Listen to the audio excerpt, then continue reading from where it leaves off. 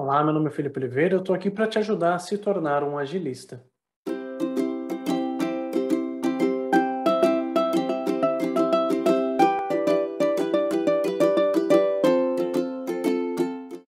No vídeo de hoje eu vou falar sobre um assunto que é extremamente importante quando a gente fala de fluxo, quando a gente fala de desperdício, e é um assunto que eu acho que você também deveria considerar extremamente importante, que é sobre filas. E eu quero que você entenda que quando a gente fala de filas, quando qualquer pessoa fala de filas, vocês têm que transformar o nível de importância desse assunto.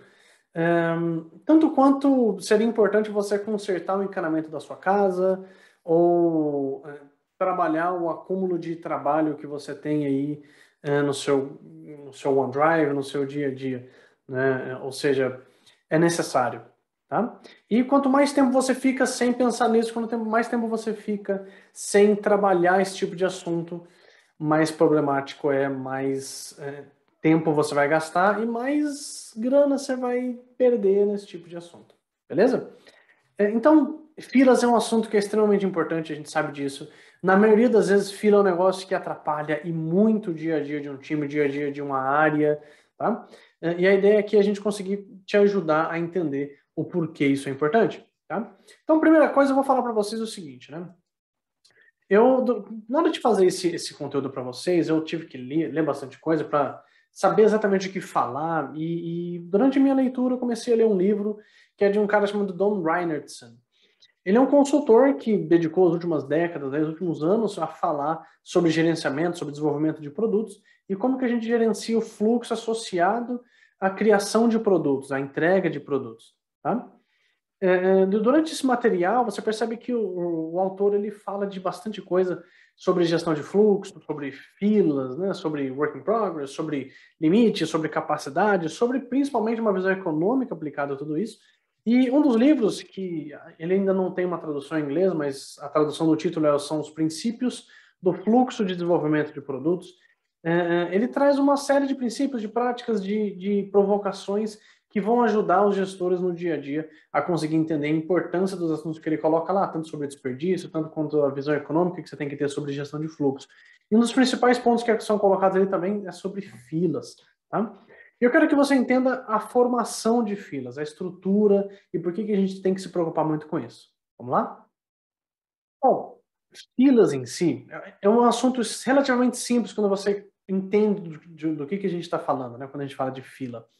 No dia a dia você vê isso presente em qualquer situação. Você está no supermercado, você está abastecendo seu carro, sua moto, você está ali numa lotérica ou numa loja, ou tentando comprar alguma comida em algum restaurante, em algum fast food.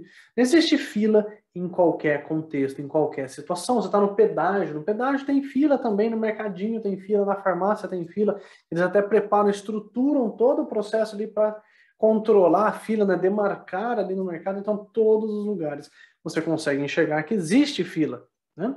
E a nossa capacidade de gerenciar essa fila influencia diretamente na nossa capacidade de entregar mais retorno, de entregar benefício, de resolver problemas para os usuários. Tá? Quando eu falei para vocês no começo sobre esse autor do livro, né, dos princípios do fluxo de desenvolvimento de produtos, lá ele, no começo da parte do livro, do capítulo que fala sobre filas, ele fala de dois assuntos extremamente importantes, dois princípios extremamente importantes que ajudam a gente a entender por que filas são tão problemáticas, tá? Claro que muitos que eu vou estar falando aqui, muitos de vocês que vão ouvir esse vídeo, que vão assistir esse vídeo, podem estar numa situação mais física, né? No sentido de que o seu produto, o seu inventário, o seu estoque de itens aí no seu dia a dia são coisas físicas, mas eu acho que boa parte das pessoas talvez esteja num cenário um pouco diferente, onde o inventário, o estoque, as demandas que você tem que executar, a matéria-prima, tudo aquilo que você gera, não são coisas físicas, são coisas lógicas, são bits e bytes, né? E a quantidade de estoque que você consegue suportar no dia a dia não é o seu espaço físico. Se você vai numa fábrica, se você vai no mercado, o seu estoque, né, a quantidade de coisas que você consegue deixar em estoque depende do seu espaço físico, depende da quantidade de itens, depende do tamanho dos itens, né? Só que hoje em dia a gente tem uma situação diferente quando a gente fala de gestão de produtos, principalmente produtos digitais, porque a gente não tem a necessidade de ter esse espaço físico tão evidente, né? As nossas ideias, as nossas features, as nossas iniciativas, as oportunidades, tudo que a gente quer construir, pensa em construir, são coisas digitais, são arquivos, são imagens, são bits e bytes no HD, como diria HP, dentro do próprio material do autor, né? Informação e iniciativas são bits e bytes, e nosso hard drive, nosso HD é grande para suportar esse tipo de demanda. Tá? Então, no final das contas, a gente não considera estoque em desenvolvimento de software como um aspecto físico. Tá? Então, se você chegar, por exemplo, no gerente financeiro de uma fábrica, de uma área onde você consegue enxergar o estoque, fisicamente falando, né?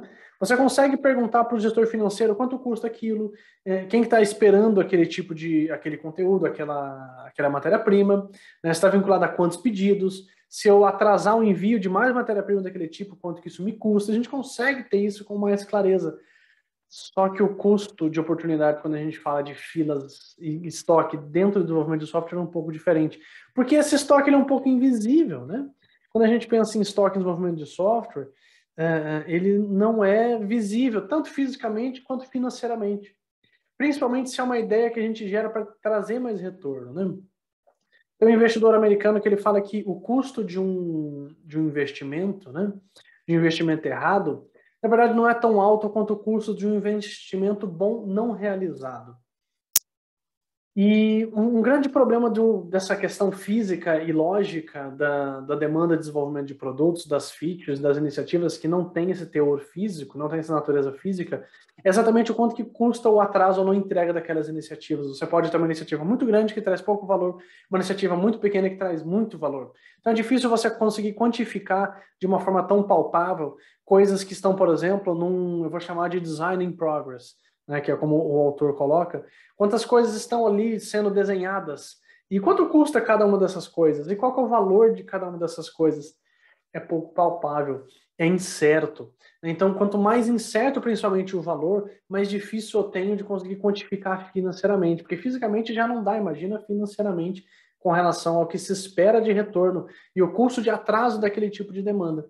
Então, esse é um princípio muito relevante que o Don Reinertsen traz sobre filas, né? E que quando você vai gerenciar filas, você precisa entender sobre estoque, porque as filas são um acúmulo de estoque, um acúmulo de coisas aguardando seguir para um próximo processo. E o estoque dentro do desenvolvimento de software, ele é invisível, tanto fisicamente quanto financeiramente. Legal. Agora que você já entendeu a natureza de trabalho dentro do desenvolvimento de software, dentro do desenvolvimento de produtos, né? Por que é complicado você tentar olhar para estoque nesse sentido? Não é impossível, só é um pouco mais complicado. Vamos entender um pouquinho mais de detalhes sobre filas, né? Então, primeiro, quando a gente fala de estoque não ser físico, não quer dizer que ele não exista. Ele existe. Você consegue ver isso refletindo, por exemplo, no tempo que eu levo ali para entregar uma demanda. Você consegue ver isso sendo refletido no feedback tardio de uma demanda, de uma iniciativa, de uma entrega, tá? A insatisfação de um cliente sobre a quantidade de coisas que ele recebe, ou a forma, o tempo que ele leva para receber aquele tipo de demanda, um status report. Então você consegue ver de diversas formas esses estoques crescendo, diminuindo, visualmente pelo menos. E junto com isso você consegue enxergar os reflexos disso, os impactos disso no seu dia a dia, tá? Imagina então agora, falando de filas especificamente, imagina que você está no mercado, tá? Qualquer mercado aí que você costuma ir para fazer compra, né?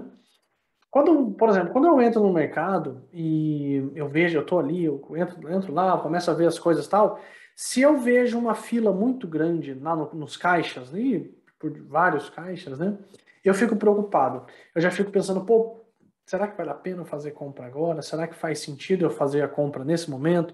Tem muita gente fazendo compra. Eu fiz isso, por exemplo, eu fui num atacado algumas semanas atrás e eu vi lá uma quantidade de filas gigante em cada um dos caixas. Eu falei para minha esposa, falei, não, vamos embora, vamos fazer compra outro dia, vamos pegar essas coisas em outro dia, porque hoje não dá, tem muita gente, tem muita coisa, não dá, vamos embora. Né? Isso acontece por diversos momentos, só que nesse momento, o que o mercado está perdendo? Ele está perdendo dinheiro, ele está perdendo potencialmente algum valor que ele poderia entregar para mim nesse contexto, nesse cenário. Tá?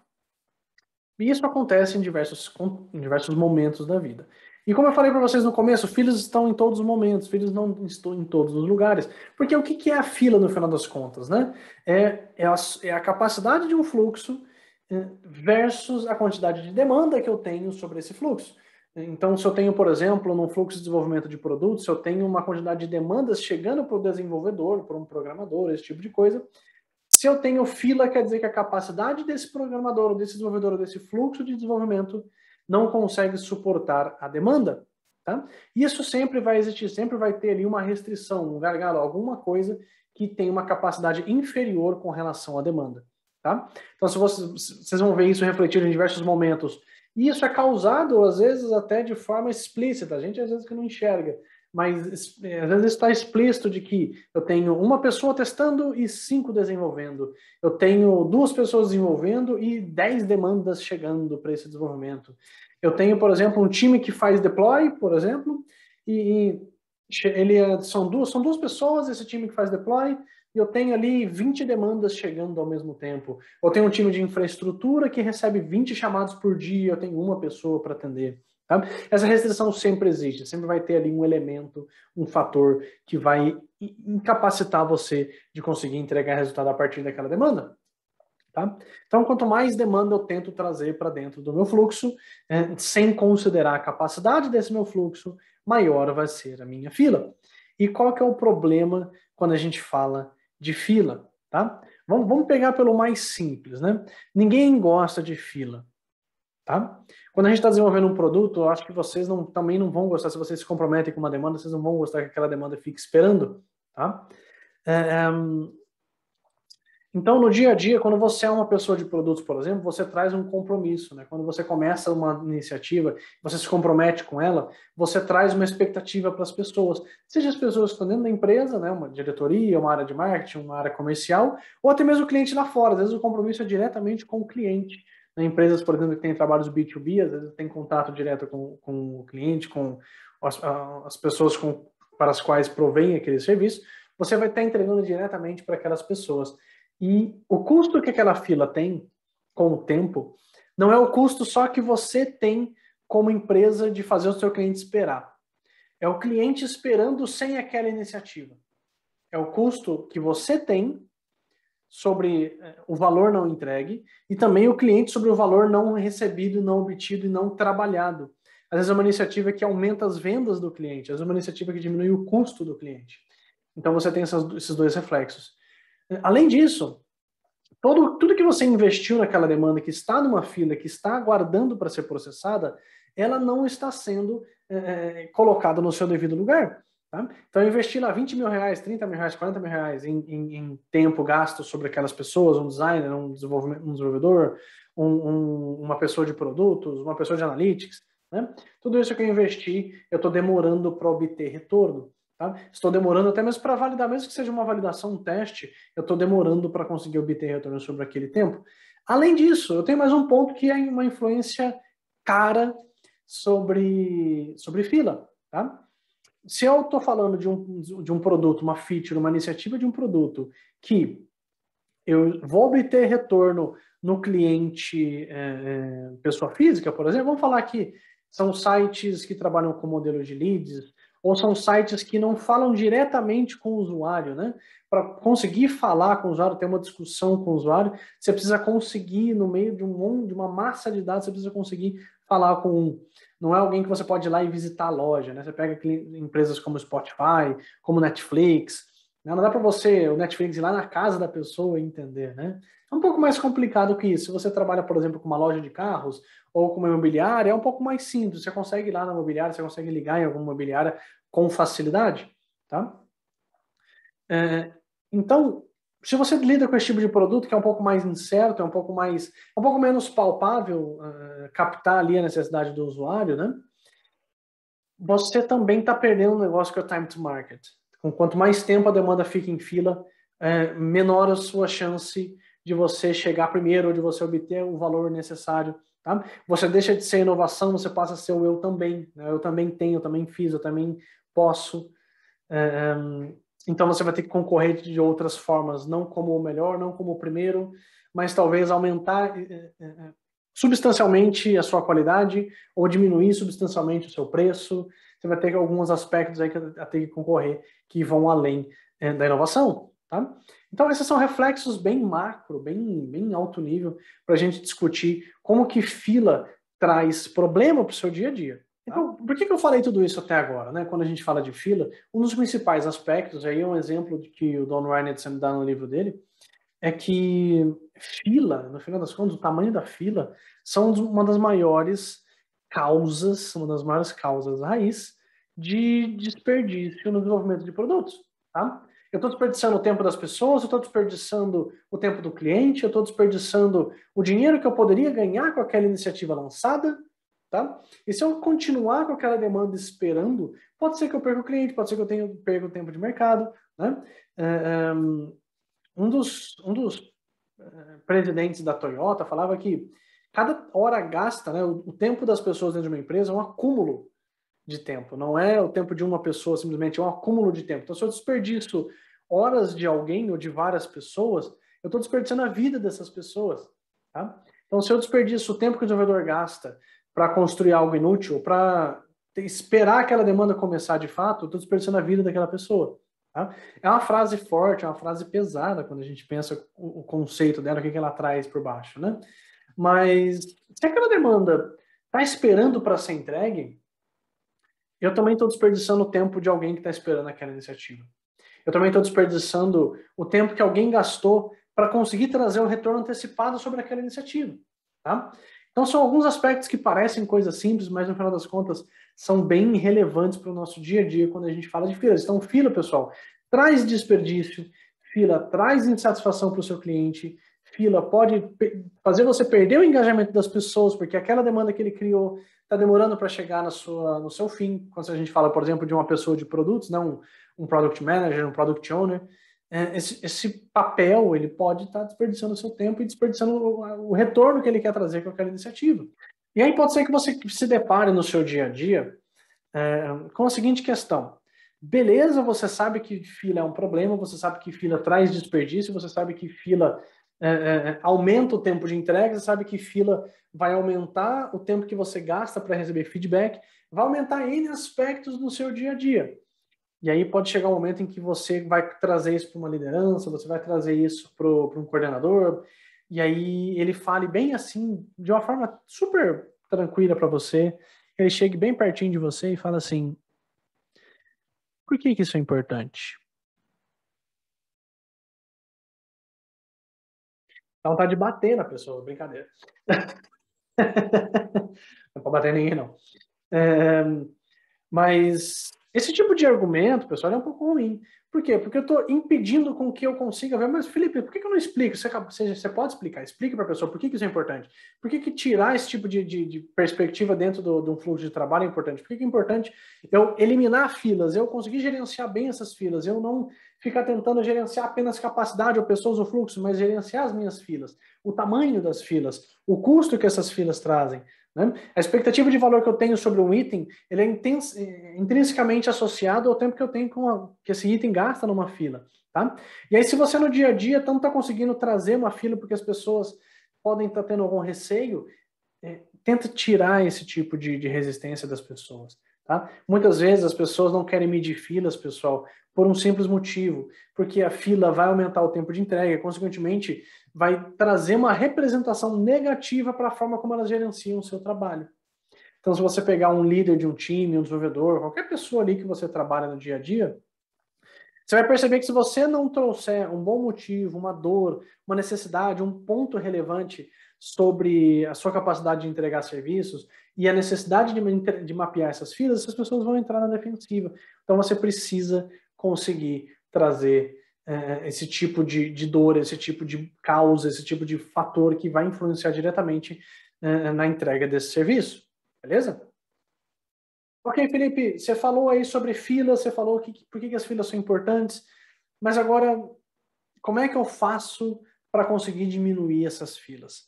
Né? Como é que eu faço para conseguir direcionar a fila no dia a dia, para conseguir eliminar? Bom, tem diversas atitudes, tem diversas ações práticas que você consegue fazer para conseguir ter esse tipo esse tipo de iniciativa, diminuir as filas, né? A primeira coisa é que você consiga identificar isso. Você precisa conseguir ver onde essas filas existem. Quanto tempo elas tiram ali de você no dia a dia, né? Quanto tempo você gasta cada item de trabalho numa fila? E acumulado, né? Se eu pegar um item agora, quantos por cento do tempo ele gasta numa fila ou em várias filas, né? Versus o tempo total, tá?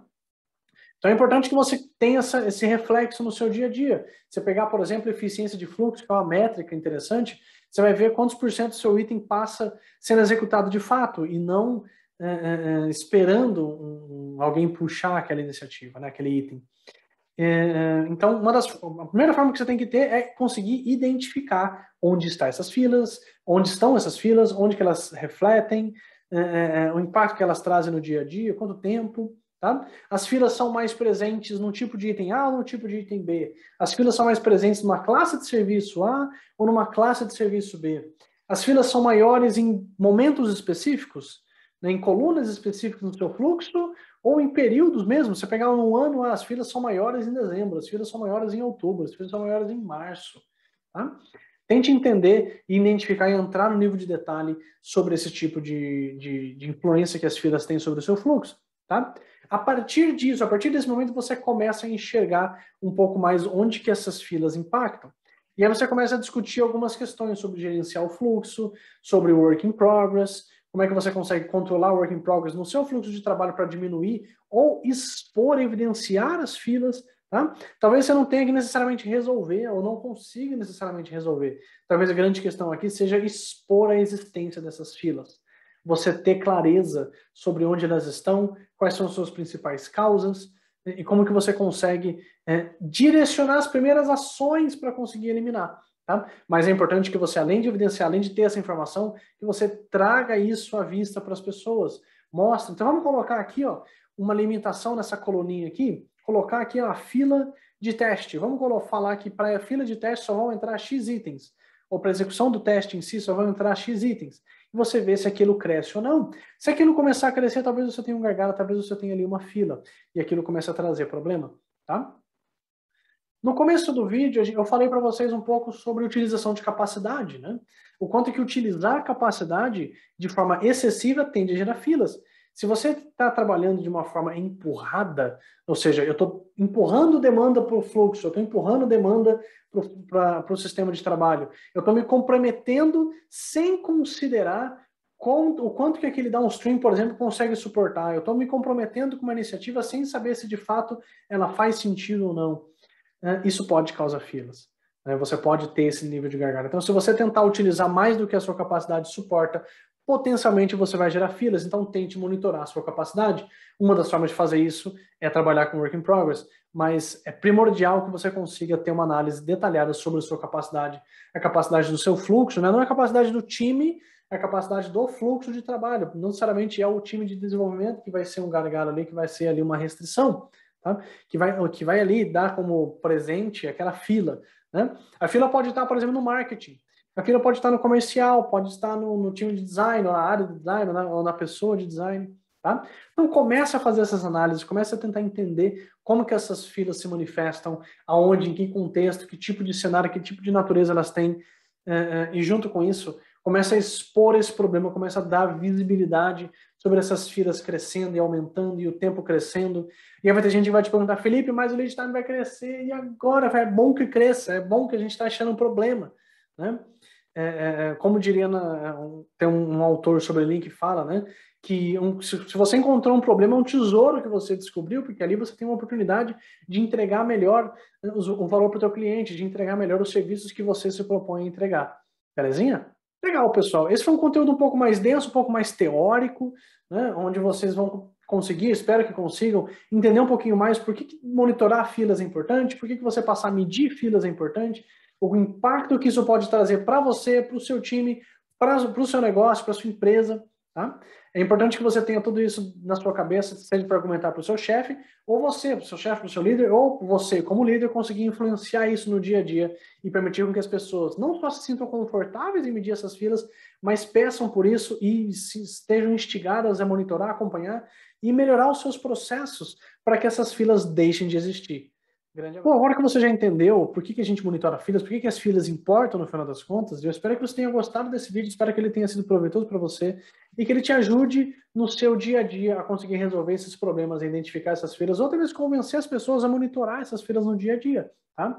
Então, não se esqueça de se inscrever no canal, dar um joinha, clicar no sininho para ser notificado para os próximos vídeos e principalmente compartilhe com as pessoas, manda para quem precisa, manda esse conteúdo em grupo, em LinkedIn, compartilhe com as pessoas para que elas consigam aprender também esse conteúdo e ajudar as pessoas no seu dia a dia, nas suas empresas.